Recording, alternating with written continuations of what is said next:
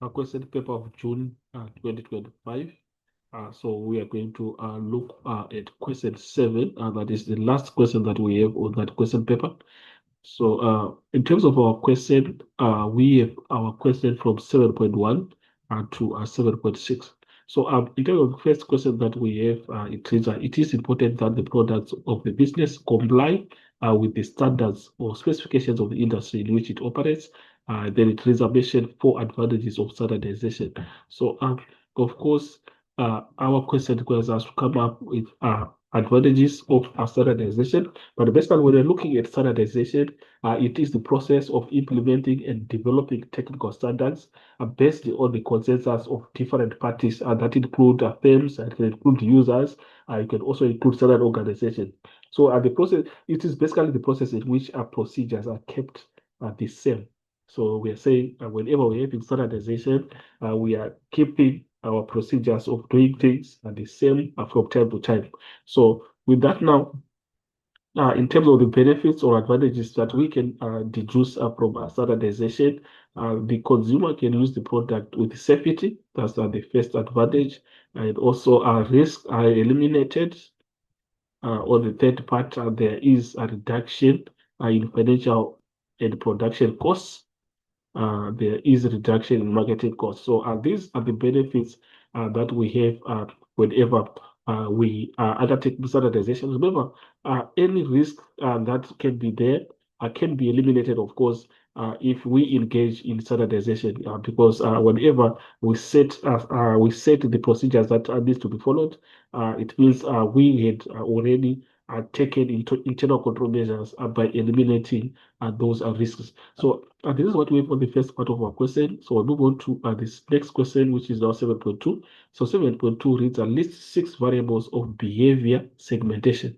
So of course, segmentation, we are saying this is a process whereby out of the total market that we have, we are separating markets according to the characteristics that are attached to each segment. So a segment is created whenever we have a portion of the market that is behaving in the same way. So that is now behavior segmentation. So in terms of the description that we can give now, we can basically say behavior segmentation is the process of grouping customers based on demonstrated behaviors. So the behaviors has to be known, they have to be demonstrated. So in other words, also we are going to see that it divides consumers according to behavior patterns as they interact with the company. So the interaction that will be taking place between the customers and the company, that's where we are going to deduce the behavior of the consumers. And then obviously we classify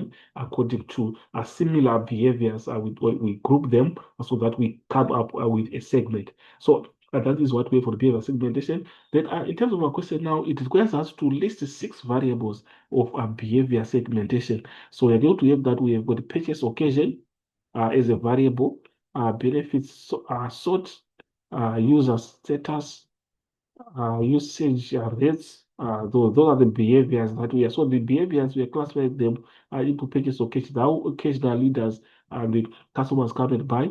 The benefits sort, the user status, the user usage rates. We also have the brand loyalty status and stage in purchase and decision. So these are the variables that we have in terms of behavior segmentation. So with 7.3, it is briefly discuss one principle of the traditional marketing concept. So we have traditional marketing concept also as a term that we have. So traditional marketing concept, basically, it is a promotional strategy that targets audiences using offline materials.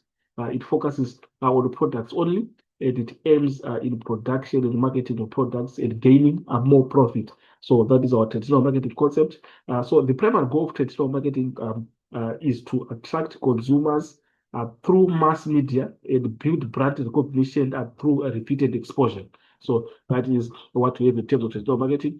So the question requires us to discuss one principle of traditional marketing.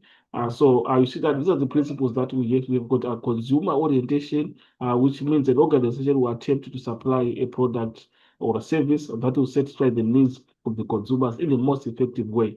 These organizations regard the customer as the king or the queen. So this is the explanation that we have in terms of consumer orientation. So we also have objective orientation, whereby the main objective of the business is to make profit through customer need satisfaction. The organization strive for the greatest difference between expenses, input, income, and outcome. And then lastly, we have got also systems orientation.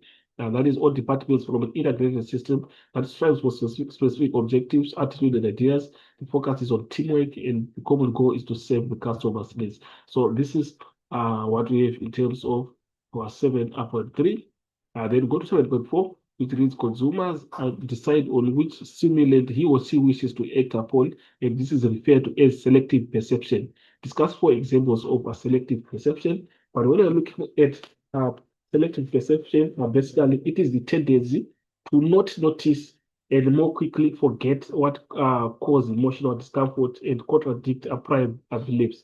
So that is a selective perception. So in terms of our question, it requires us to come up with four examples of selective perception. So within that context, you'd see that we have uh, selective exposure, which is the consumer purposefully avoids exposure to certain stimuli. That is selective exposure. Then we also have selective attention. Consumers listen to stimuli selectively and only respond to what to that which they are interested in. That is our selective attention. Then we've got selective interpretation, and the consumer sometimes understands the message wrongly or reserves the message. Then we've got selective recall. The consumer recalls the information that supports the feelings and views of herself. So that is what we have in terms of a selective perception. And then we go to the next part, which is now 7.5, which is the company not only competes with other organizations in terms of labor, capital, materials, entrepreneurship, but also in terms of the market share for their product. Identify four advantages of competition. So you see that competition obviously brings some positives in the operations of businesses. In terms of efficiency, you're going to notice that out of competition, we're going to reduce efficiency. As obviously, the business is trying to win customers. So through the way the business tries to be as efficient as possible, so that there is reduction in cost and they widen the profit margin. So basically, that's what we have in terms of that. And in terms of our advantages of competition, we are seeing that it keeps excessive profits in check, which is also correct. We see that on the second point, it encourages higher productivity. It encourages technological innovation. It leads to lower prices and improved service. So basically, you see that all the advantages that we deduce from competition is the advantages that are directed towards maximizing profits and also trying to win customers. So that is what we, because since when there is a competition, there is always a tendency of trying to be the best out of the competitors that are there. So through the sales, you are going to see higher productivity. The total number of units that are going to be produced by each individual worker is going to go up in the end. And also, you're going to see technological innovation. Technological innovation is directed towards trying to be the best out of the competitors that are there and maybe produce the products that are of high quality that are preferred by the customers and that are going to be preferred in front of what are the producers the other competitors are also producing. So basically, this is what we have in 7.5. Then we move on to 7.6, whereby it reads, give one disadvantage of private data. We know that private data it basically involves the process of gathering data directly from the first-hand source. So the first-hand source, we are saying this is the researcher himself or herself. We are saying data generated by the researcher himself, like surveys. We talk about interviews, experiments. Obviously, they are part of primary data. So because it requires us to come out one disadvantage of uh, that data, which is primary data. So the disadvantage that we have is that the collection of primary data is expensive and time consuming. Expensive and time consuming is one of the disadvantages that we can deduce from primary data. So basically, this is what we have, guys, according to our question 7 of the question paper of June 2025. So thank you for listening, and hopefully the video was helpful. And let's not forget to subscribe and share to our channel, and share the link to our colleagues who are doing marketing management. And as for this video, I'm signing out. We'll meet again in the next video.